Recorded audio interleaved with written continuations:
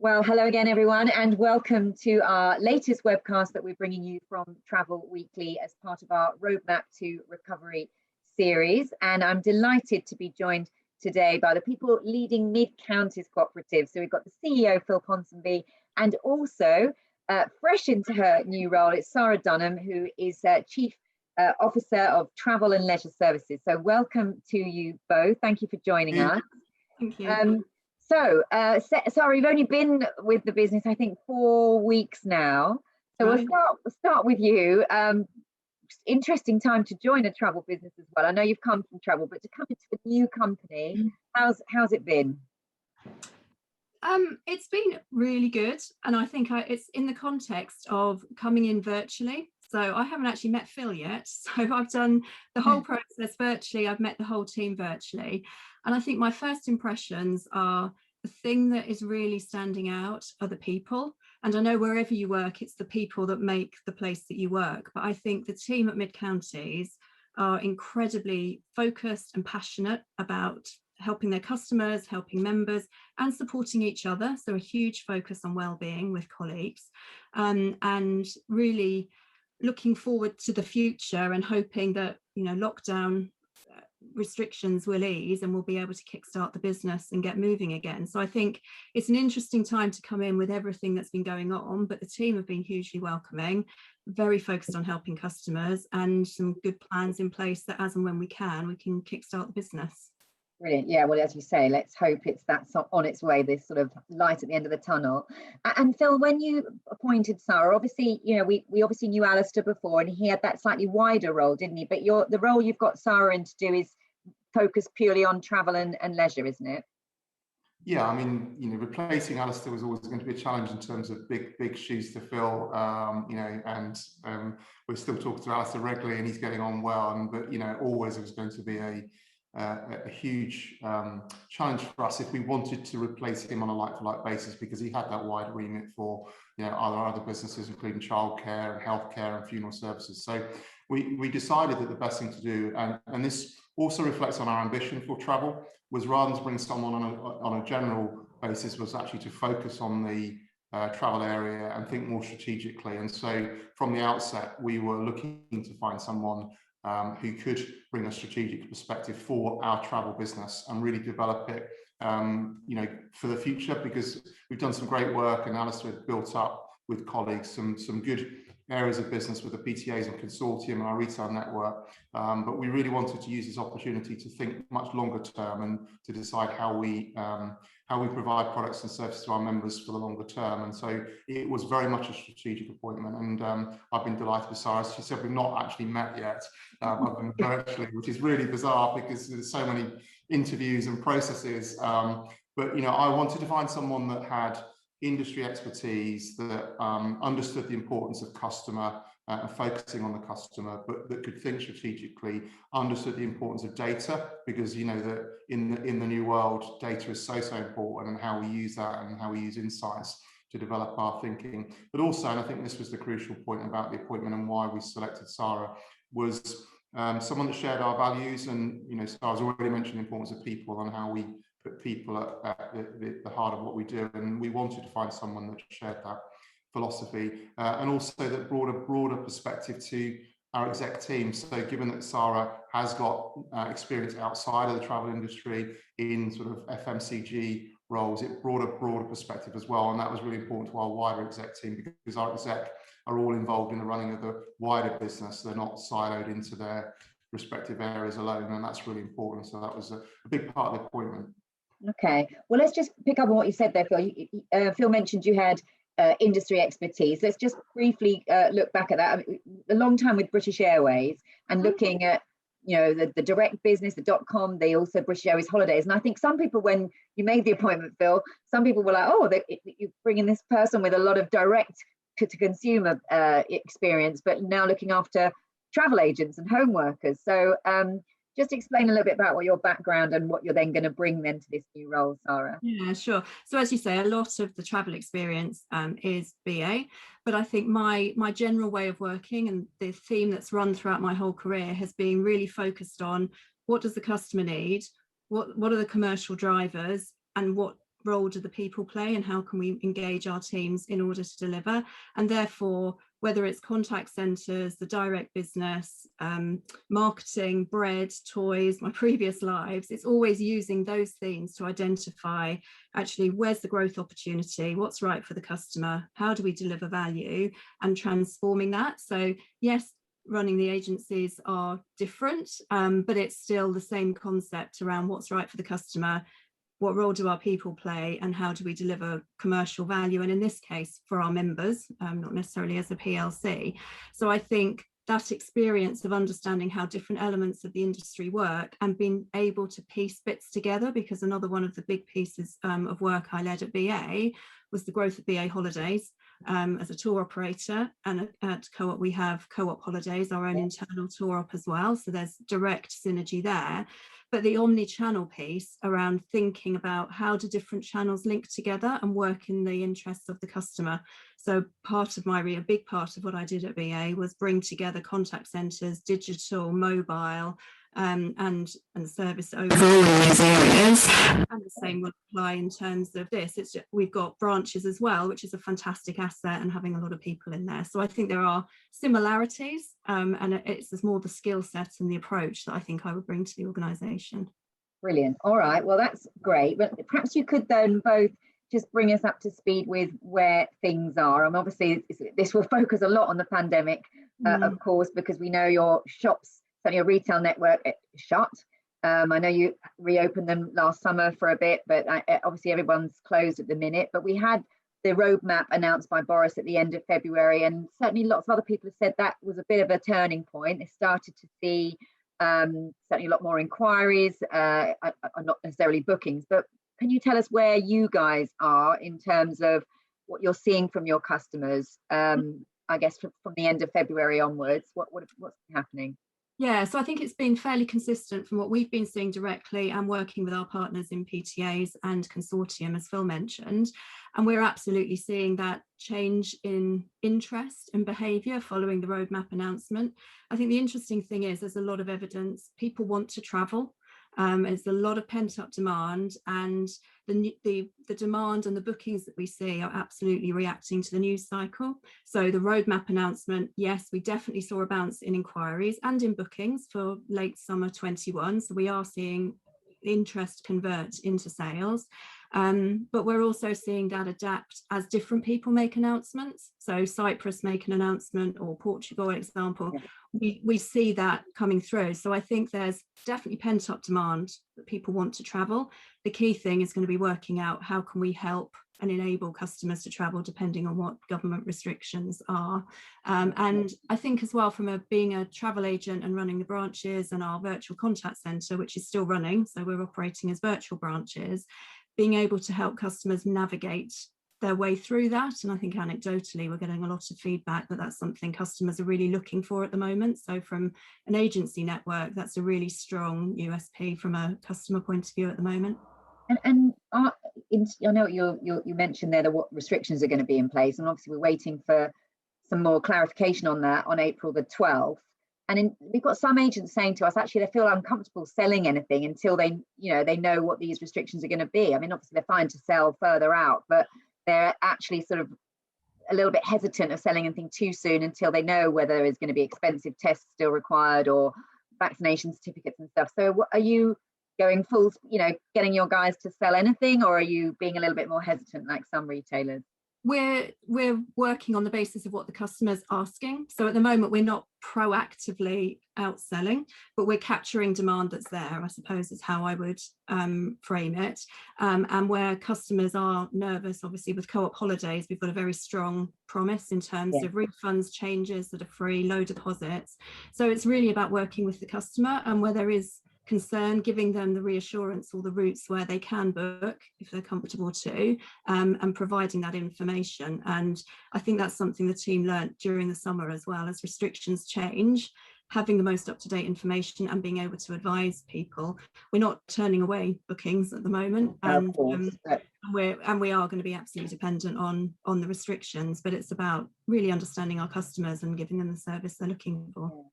And Phil, right you know, initially you had to obviously close shops, but you did move people very quickly into this virtual contact centre. You also moved people into other parts of the organisation, didn't you? I think some went into food, and, you know, because you had higher demand in other places, clearly. Is everybody now back working in travel that originally was, or have you still got people doing different things around the organisation? I think it's still a flexible approach. I think most are back in travel now because we're gearing up, ready for the reopening, assuming it'll happen. I think you know, the virtual call contact centre was a really important move for us, and it continues to be really active. And it's interesting, I mean, just looking at the stats, that I think over 90% of the calls into that contact centre are still from people with existing bookings that are wanting advice, wanting information, checking the latest announcements. And so the teams have been really, really busy, but really, really busy dealing with existing bookings. And so that's put an extra burden on them. We wanted to make sure that they could answer those calls at pace. And so we've been delighted with the effort by the teams for that call contact centre, and the fact that, you know, around 99% of the calls are answered first time, which I think is pretty good going, and that's why we've put all the resource in there. So we brought the teams back in, but it was great to see the willingness of some of our travel colleagues to go and, you know, turn their hand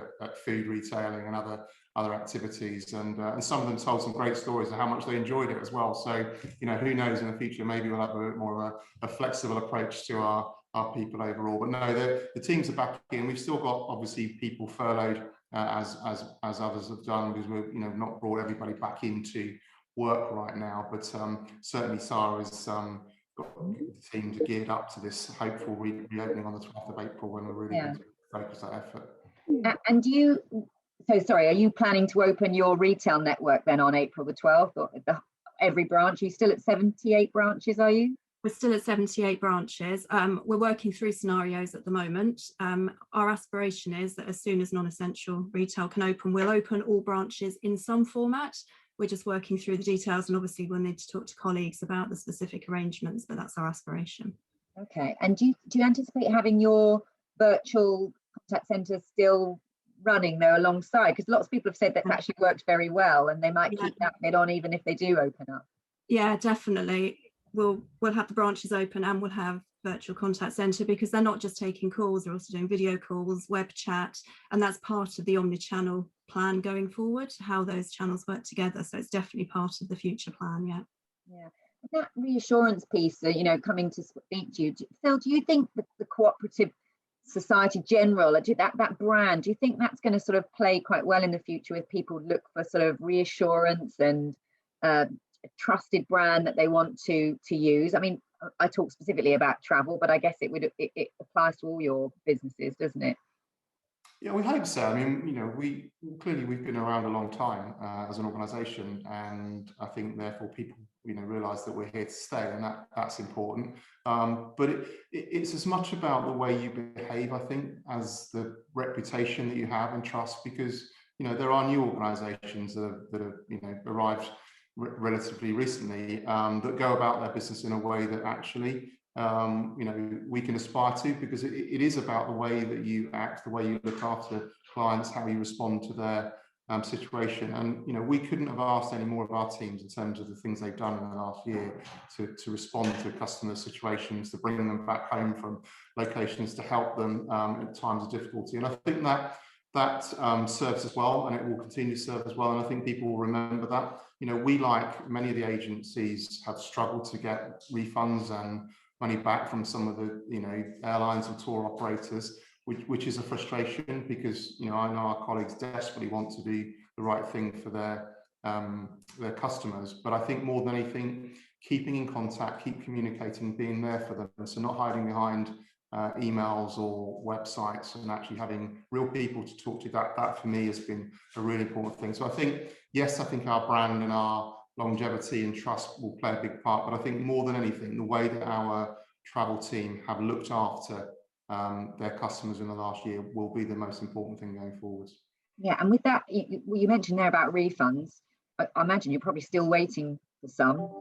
And what have you had to what have you done in that instance? Have you just had to explain very, you know, to the customer that it's still not available, or have you had to actually fund it yourselves whilst you're waiting for that money to come back?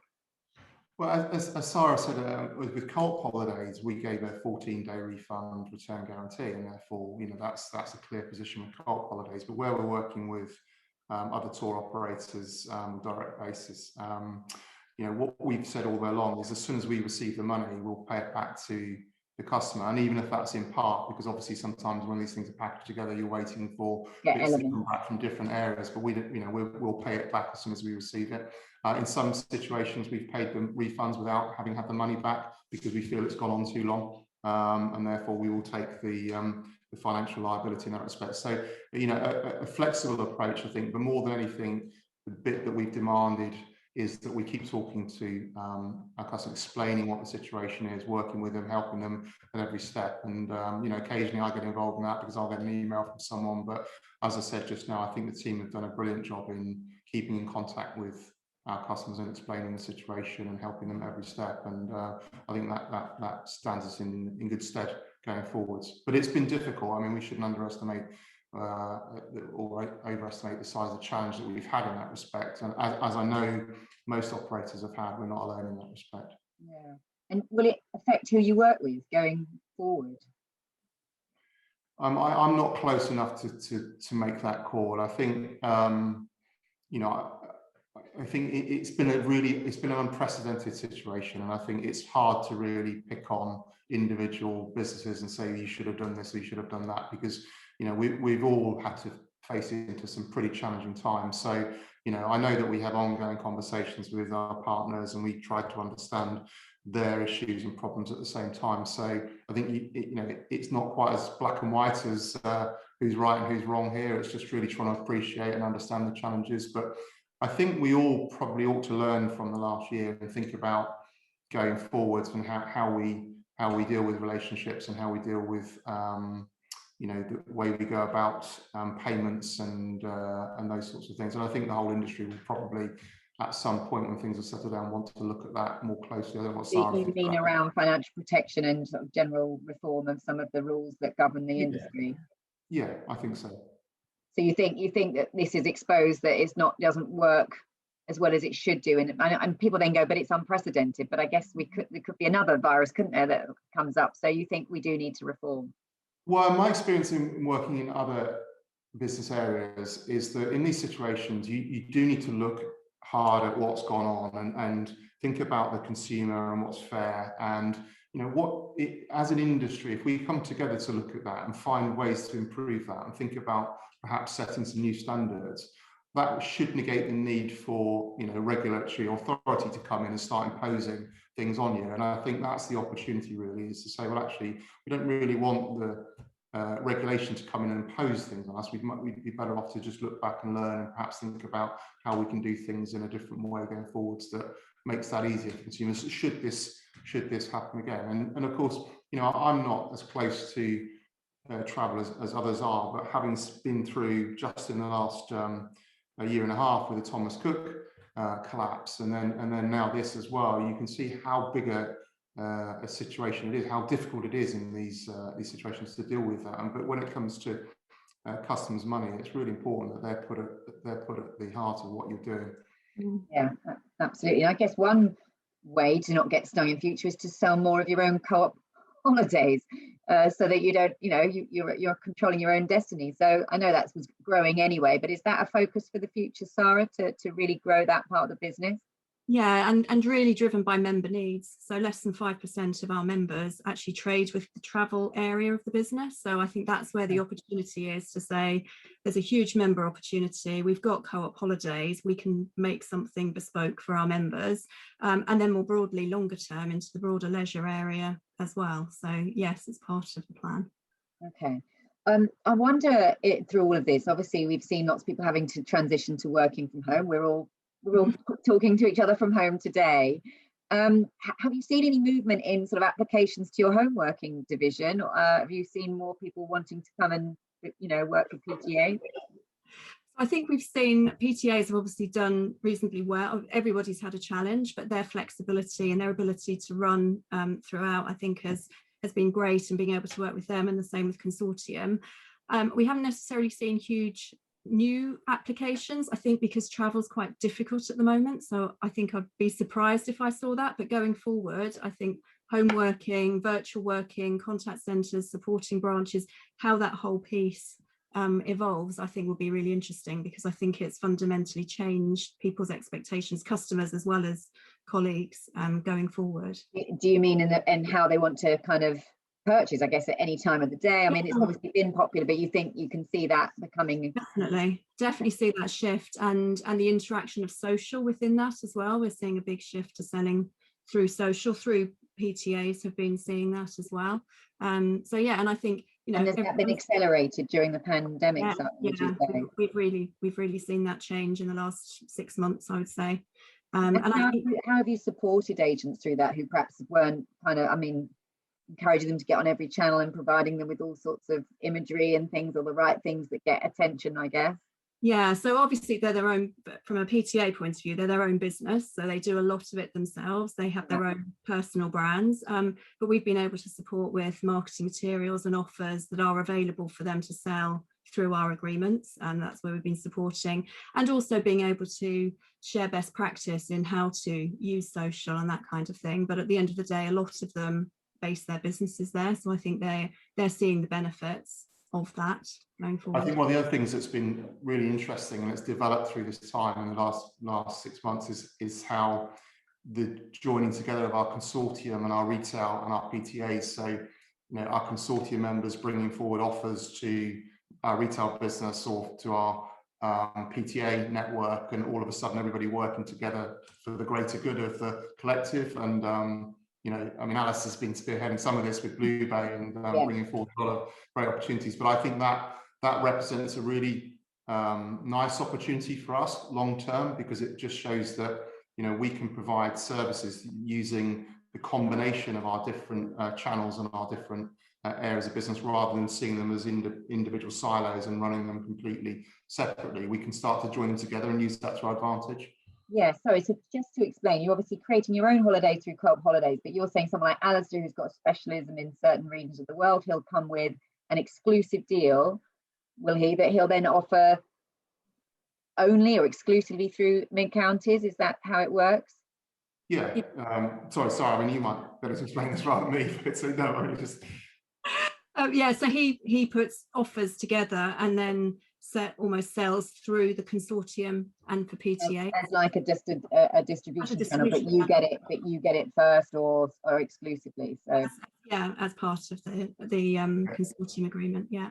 Yeah, and that's something that's just got closer during the pandemic, that you've worked out that actually that really helps you all to work together more closely. I think so, because I think you're so, you know, we're focused on sales more than ever, because every sale is so important, and you can't take sales for granted, and perhaps the way you might have done in the past, because, you know, you've just got to fight harder for whatever share there is. And so bringing together the strengths of the different components, so the consortium focus from some of our consortium partners, not just Blue Bay, but, you know, YHB as well, and some of the others in terms of where they're out putting together offers, that they can then provide those through to either our retail business or through to our PTAs, and the PTAs in particular having the flexibility to then offer those out to their clients. And so the advantage here is that we're making the best of each of these elements and bringing them together, rather than trying to run them as completely separate components, and that's the strength of it. Yeah, very much. That sounds great. Just before we move on from the Global Travel Task Force, it is fairly key this date, isn't it? What are you hoping to see? I mean, obviously we want more clarification, but I guess it will depend, what your customers are asking. Are they worried about whether they're going to need vaccination certificates? Are they sort of worrying about testing? Are they worrying about red lists? What is the key thing that they're concerned about, Sara, that therefore you want the government to clear up on that date? I mean, you kind of said it, it's the clarity of what's required. And I think it's about, people want to travel. And I think we need to start thinking about, how do we enable that travel? What is it we need to do to travel, rather than you cannot travel and you can't do this? I think we just need to shift the conversation into, you can do it and this is what you need to do to enable it. So I think, as you say, it is the clarity that we can enable people to go on holiday again. Yeah, absolutely. And presumably some consistency as well, because that was the problem last summer, wasn't it? Because you know, one destination would open and then very quickly it would suddenly come off the list, and there was all sorts of panic, you know, and agents having so much extra work on their hands. So I think I think also, you know, it's really important that government this time have taken account of industry expertise and view, because they said they were going to do this, and so, you know, we will certainly be hoping to see whatever the outcome is in terms of the report back for the 12th, by the 12th of April, is that it really does reflect a consultation with the industry, because I think the industry is best placed to work out how to, you know, get travel going again in a safe and integrated fashion.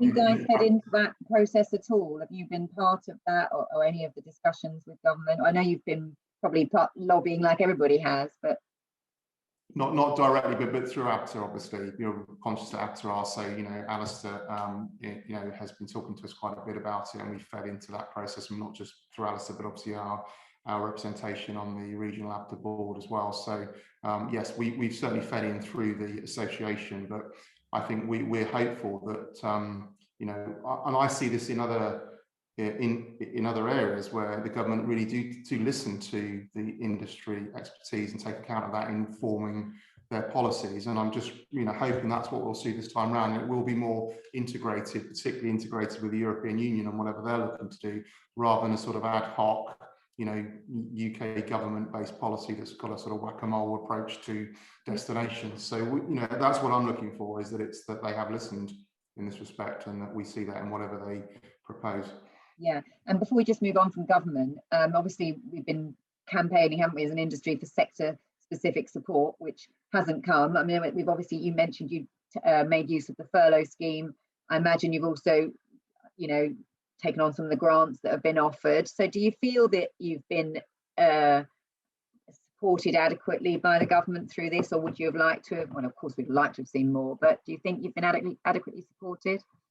Well, I mean, we're fortunate, Lucy, that we have, you know, a food business and funeral services and healthcare, because if you look at the numbers in our travel business, then, you know, they're very, very difficult, and you know, we've had to face into some significant losses for last year. And so, you know, I would say no, we haven't been supported enough, because by comparison with some other industries, perhaps we've not had the support.